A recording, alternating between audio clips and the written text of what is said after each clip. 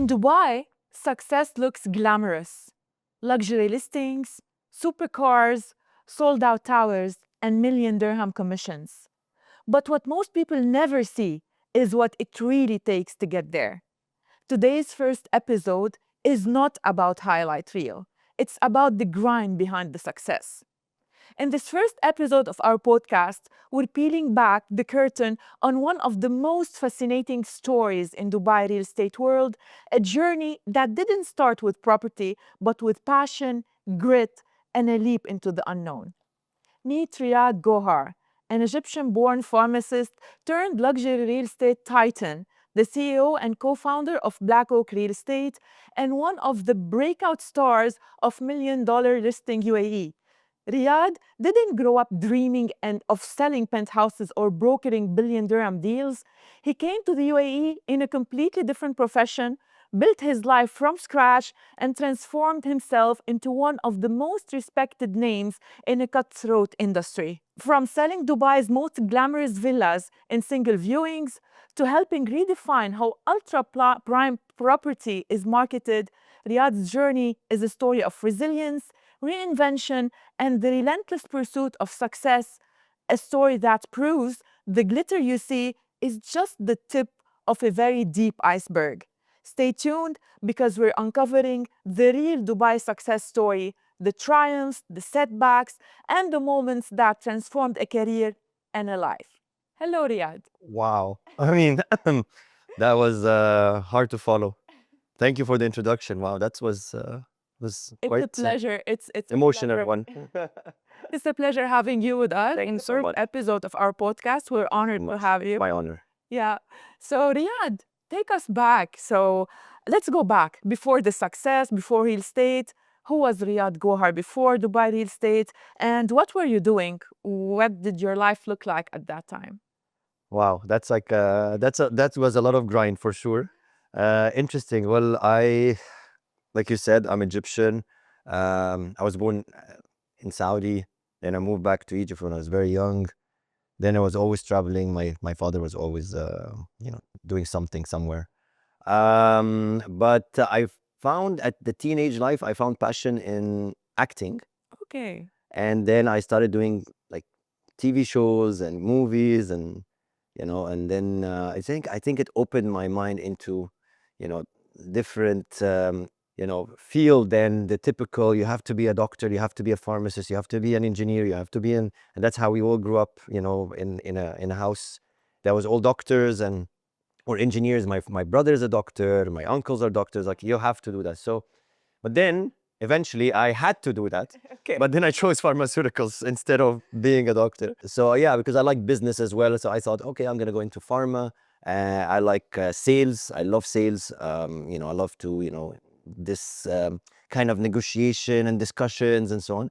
And I found myself going into pharmaceutical school. I studied. I've graduated. Worked for a bit in the industry in Egypt, and then I came on a role over here with an American company, still in sales. It's actually one of the hardest school of sales, I guess, in any industry is pharmaceuticals, because what we call is like black market, where you can't actually advertise. Okay. You can't promote medicine. It has to be through a doctor and so on. So it's very, very difficult. So it taught you, how to carry the bag and walk and knock on doors and knock on clinics and ask, where can I meet a doctor, and then take out the brochure from the from the bag, and there's like, can you prescribe this because it's better for your patients, and then and.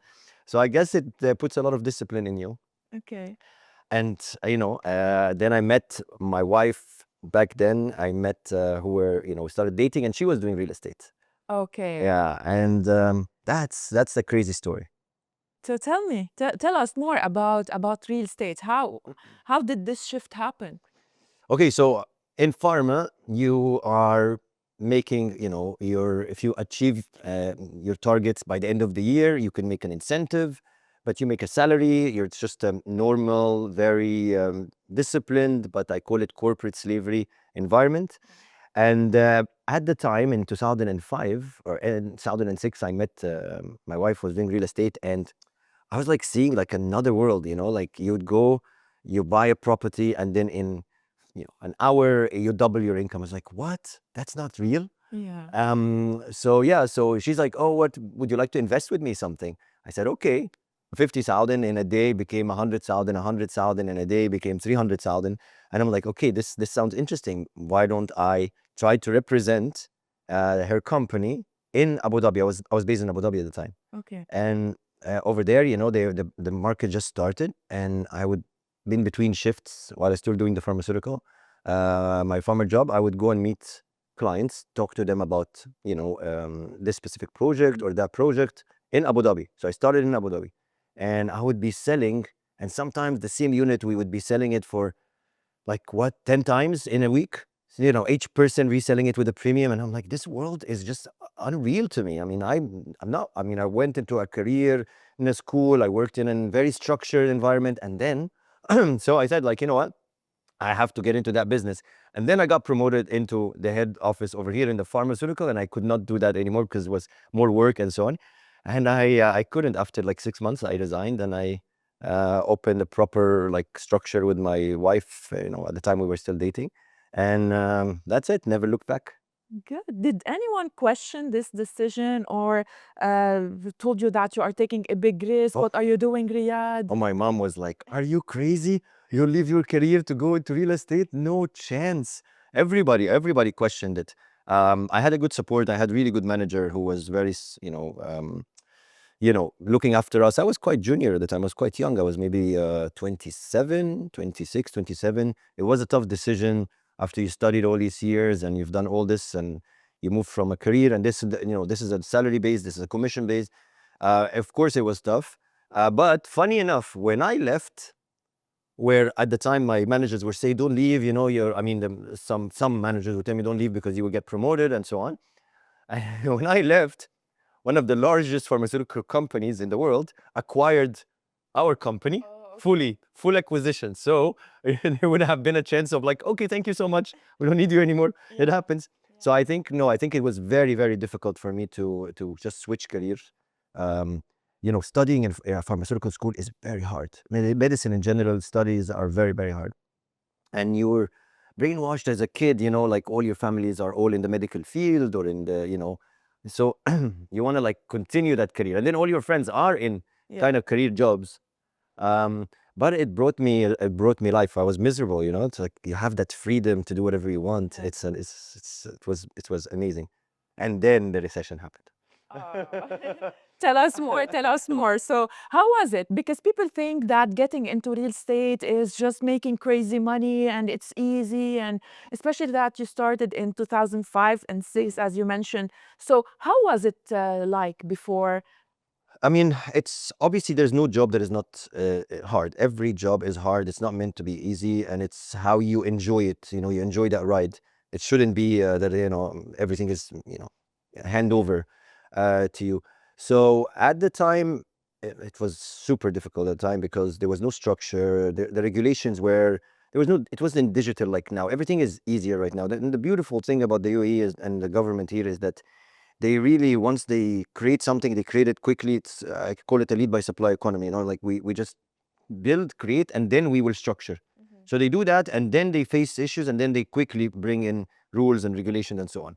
So it wasn't easy because, oh my God, if we want to transact a transaction, we would go queue at the Dubai Land Department at 5 in the morning and trying to take a token and hope that we will transfer at the time.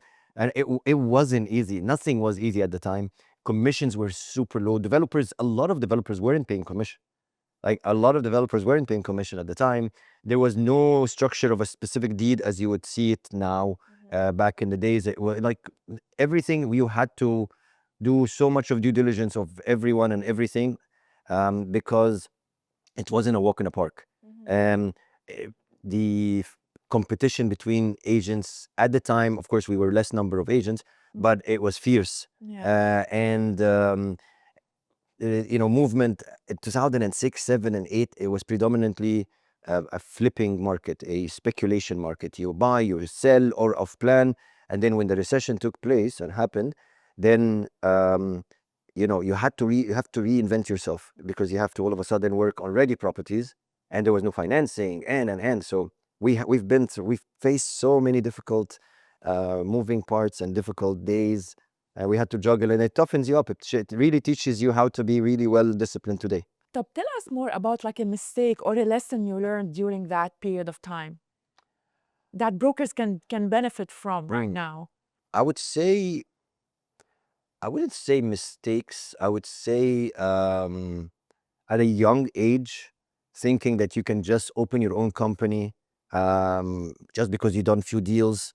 It's not something that you need to have a lot of experience and a lot of maturity, because it's not only about, oh, I can make a few deals and let's structure a company. It's about leadership. It's about understanding psychologies of everyone around you. It's about how to really focus on the company's own interest and grow it, the people in the company.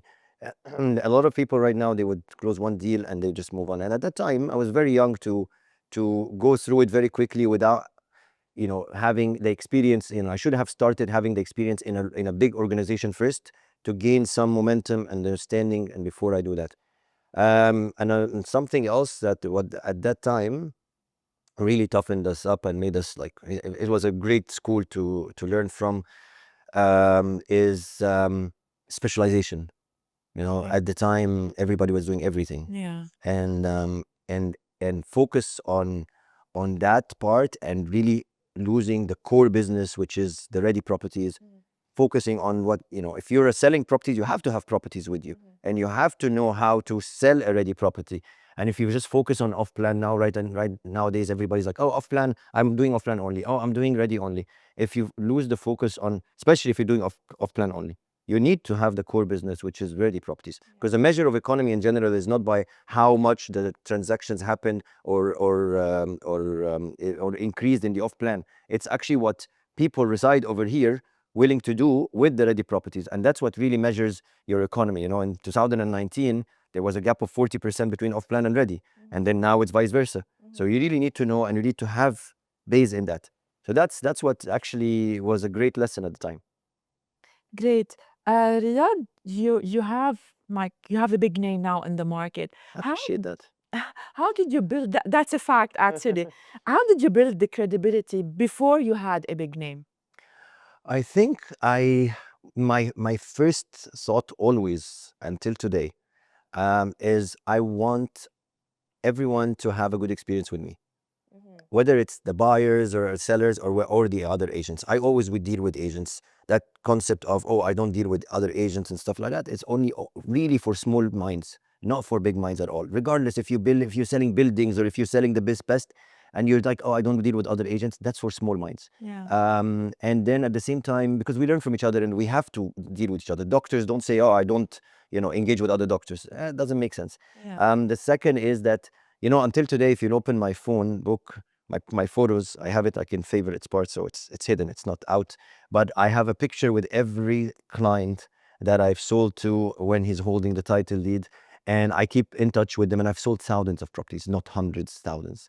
It's been 20 years. I've been doing this for a while, so you keep that relationship good, and you never false promise. You never do any of these things that are quick transaction.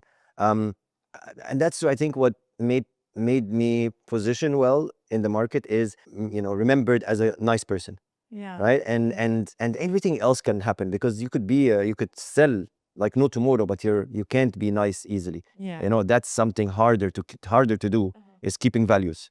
So I think that's my secret sauce. Amazing.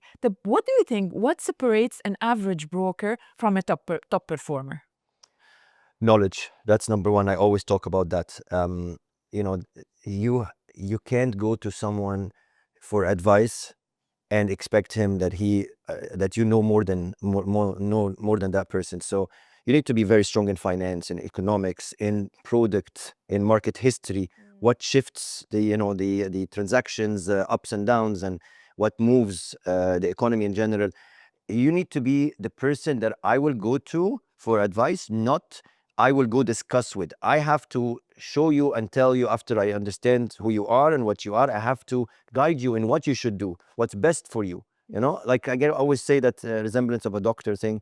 You go to a doctor, you don't, tell him, oh, you know what, you need to do this to me and you need to do this. The doctor examines you and tell you what you have to, what you have and what you should do and so on. right? Exactly. That's what I always say when I'm training brokers, that you should wear the hat of a consultant, of like you're diagnosing, what the client needs. Listen to your client. It's not just, we're not brochures. Brokers shouldn't be like wagons, brochures. So this is exactly Correct. I like that diagnosis part. Yeah. yeah, So, exactly. true. I mean, it's the problem is that we carry this title, but not its meaning. Yeah, absolutely. Now, let's go to that part where I would love to talk about. So, you're part of $1 million listing. So, it shows the glamorous side of the business.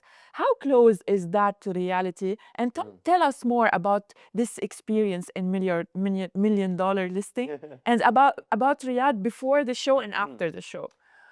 Okay, well, everything you see on the show is real. Okay. Okay, everything you see there are obviously um, sponsorship and additions of effects and stuff like that, but the transactions are real. There is no script. We have to get permits for everything because that's the law here. You cannot just have go film somewhere without a permit. So everything has to be pre-planned for in terms of the locations, in terms of, and of course clients has to sign. Everybody has to sign an NOC, and we have to introduce permits for all that before they even appear on camera. So all these things has to be pre-planned, but there are no scripts, no staging, no any of such things. What happened me before and after? Yeah.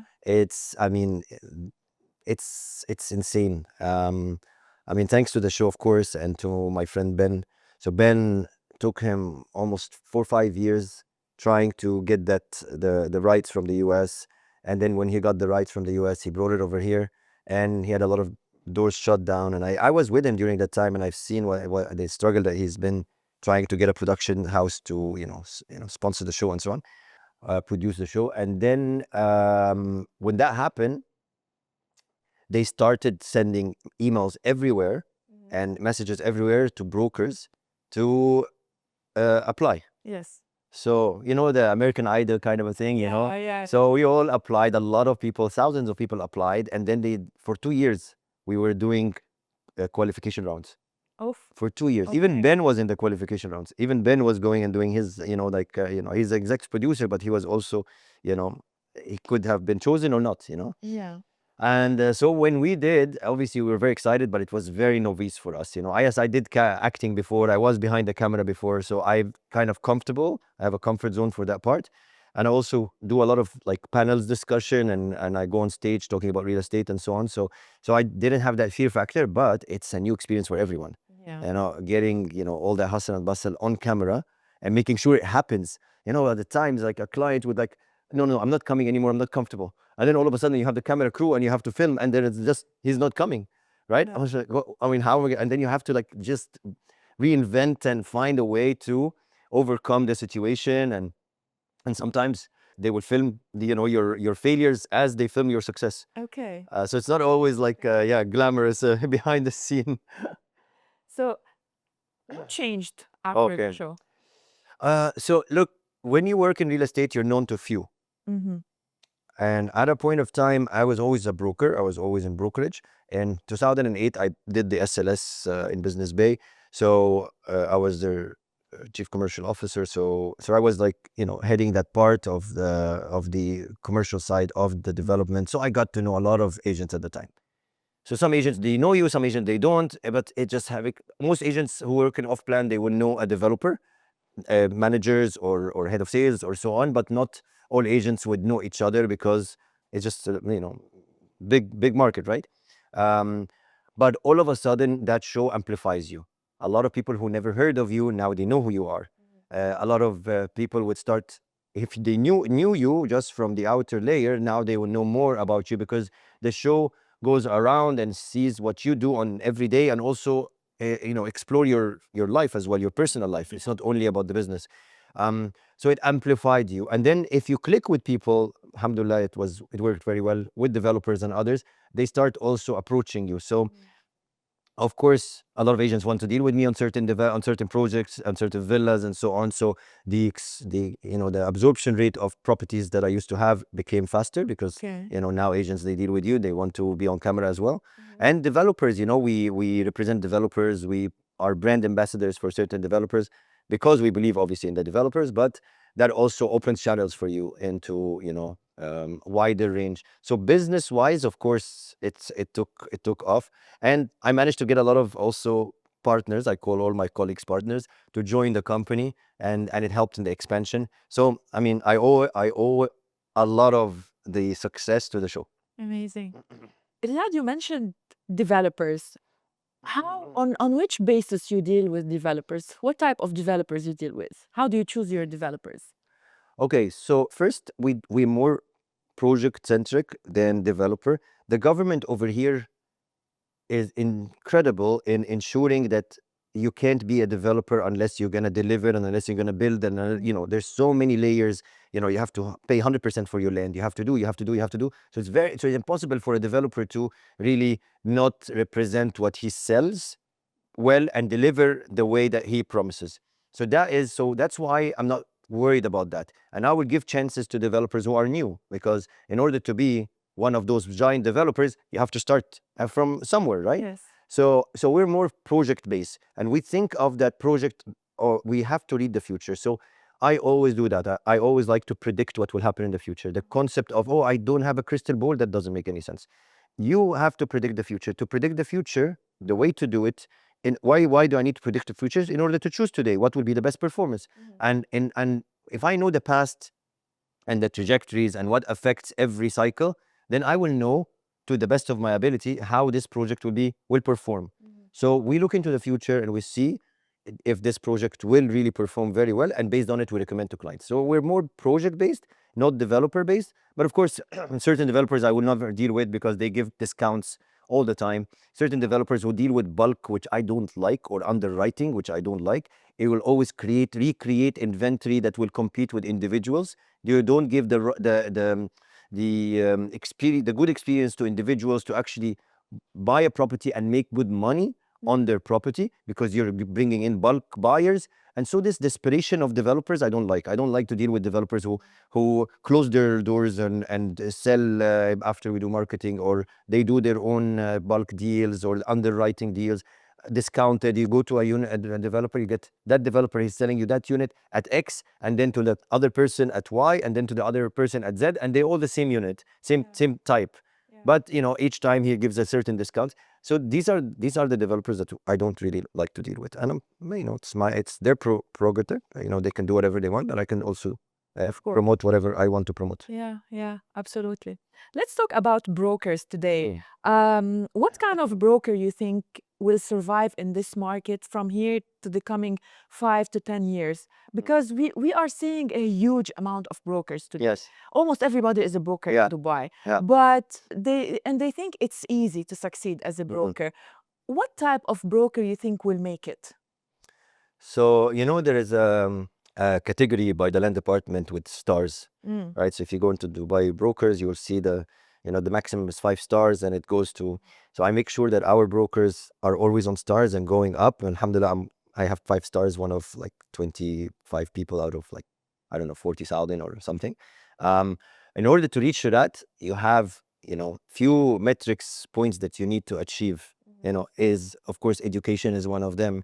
A lot of brokers, they just pass the exam like this. Somebody helps them to pass the exam, right? Yeah. So they don't know the rules. True. You don't know the laws. How could you not know the laws and rules of the industry that you work on? The company has conveyancing. They know, they take care of everything. But how are you going to advise clients and so on? So that relationship, if it's not built, it's going to die. Especially that all these off plans will one day become ready.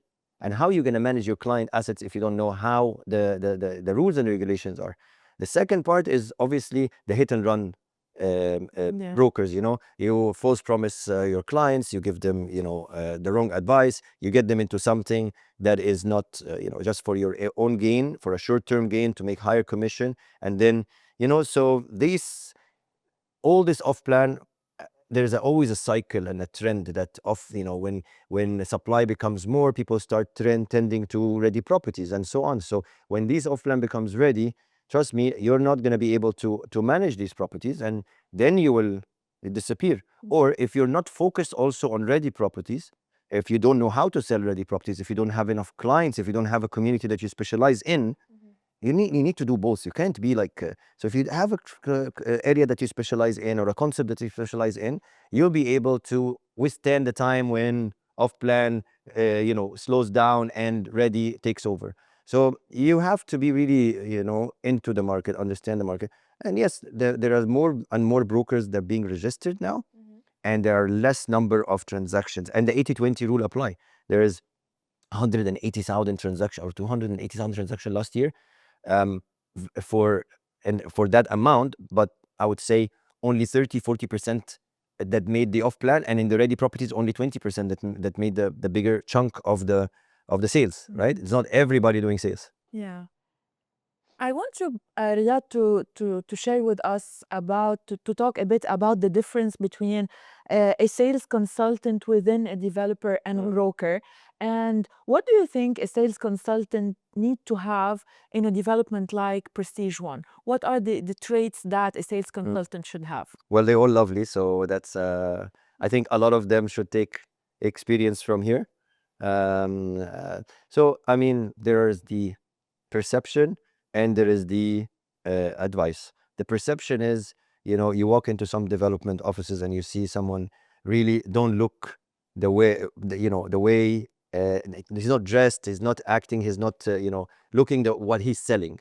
You have to Yeah. look. So that's the perception part. Yes. And then the pushy part. You walk into the developer, and a client wants to have an experience. It's a memory. In most cases, this is the first investment of a lot of clients. So, and it's a sacred thing. So people want to have that, treatment and feel that, oh my God, I had such a nice experience buying from this developer. But the developer that treats you as just a number, and like, yeah, take a token, and we're sold out, sorry, and then where's the experience there? So it's not the developer, to be honest. It's the sales manager in that development, because he can do the effort, even if the developer, yes, has so much of demand and there's nothing around this, still the sales manager can make that experience memorable to the client. Maybe he missed out this time, but next time he will want to come back. So I think emotional connection and making the client feel that he's really enjoying that experience is something that we don't see everywhere. True. And this is at the core actually of it's one of the building blocks of Prestige One. And the clients and even the brokers who deal with Prestige One, they come back because exactly what you spoke about is exactly, these are the building blocks of Prestige One. Absolutely. Yeah, That's why we're dealing with you. it's our honor. So what's if you want to say one truth, as we spoke in the beginning, so people see the tip of the iceberg, the bling of a real estate career, or the tip of the success story. If you want to tell them one truth they need to hear before they start in real estate, the new brokers, what would you tell them? I love my job so much that I would not disinvite anyone of. I mean, it's entrepreneurial job, right? It's not a self-employed job. It's an entrepreneurial job. Sales is about prospecting. Is not about waiting for the company to give you this or that. You need to know how to go in any industry, in any sales. You have to go and find the client, right? So if you're dependent, this is not a sales environment. It's something that you have to reinvent the wheel. And nowadays it's super easy. Social media makes it so happening. Back in the days, we used to spend so much money paying ads, newspaper, and we get very little, remuneration for that. But today it's super easy to be exposed to the whole world, and digital world is there, and you have to be also adaptable. You can't go and say, hey, I don't want to be on social media. I don't want to be on LinkedIn. I don't want to be on. That's a digital footprint. You don't have to go and dance on it. All right, you can just do it in your class for discover yourself. But yeah, sales is all about, even if you're making $1 million dirham a month from my leads, you're only tapping on your 10 or 20% of your potential. Yeah. So you have to be out there. So it's a very entrepreneurial job. It's not a salary job. If you just want to get a salary in this, then it's not for you. You shouldn't be working in real estate. You should work for big companies that give good salaries. But it's just a joyful business that you are part of somebody's most sacred decision is buying a home. You're not business to business, you're business to a customer directly. That's just insanely amazing. Yeah. Riyad, if you want to define success, Ah, how would you define it? And give us like a recipe for okay. success. The ultimate goal is to be remembered Mm. by something and leave a footprint that will help others. Some people call it a legacy.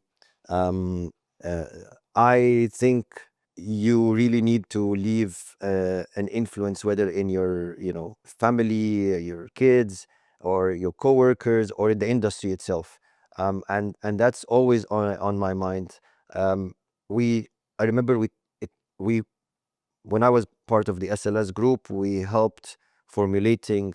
It was a very challenging time that I needed to sell a very luxury component, and it was quite large in size. And I, with the help of my, of course, colleagues and so on, we came up with the fractional ownership, and that took us a year with the land department to achieve, and now it paved the way to tokenization and so on. So even if people don't know that you were behind things, you've left a footprint that will help change the industry, or help change something. So even if it's super small, but that's, I think, is the most important thing to do, is to be remembered by something, because you helped in change that really was useful. Thank you very much. I want just one last word from you. Like, I don't want to say an advice, but really, because you left so far a fingerprint in the real estate industry. What would you tell brokers today? Your last word to brokers and to everybody entering real estate. Okay, look at the camera and do it. Yes. Okay, so now, be yourself, be kind, be generous. Money comes, what we say, rizq or blessing, is not related to what you do. This is from God, right? If you're a man of faith or a woman of faith, this is from God.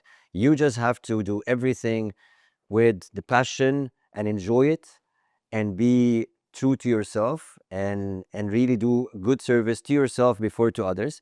And then blessing and rizq comes from God. That could come, could not come. That's a different story. But not always the eye on, the money, the money, the money, the money, because that's not how fortune are made. Amazing. Was there any question I didn't ask that you would love to have been asked and to answer? I don't. I'm not gonna make a cool travel for myself. So I think you've done amazing, and it's such an honor to be on your first episode. Thank you. I hope to make it to your first episode. But it's really nice to be here. Thank you for having me, and it was super fun. Yeah. Thank you. It's a You pleasure. can invite me again, and then you can ask these other questions that you forgot. It's our pleasure and honor to have you with us in the first episode of our podcast. You're most welcome, and I believe you have this good luck charm face. So definitely, yeah. So I hope everybody watching this first episode will definitely benefit from what you talked about, your success story. That success isn't something that happens overnight. It takes time, sweat, effort. Absolutely. Yeah, it's not just a strike of luck. No, it's not. And luck fades, so can happen today, and then tomorrow what happens. Thank you very much, Riad. Thank you so much. Thank Thank you. you for having you. Thank you, Thank you. pleasure.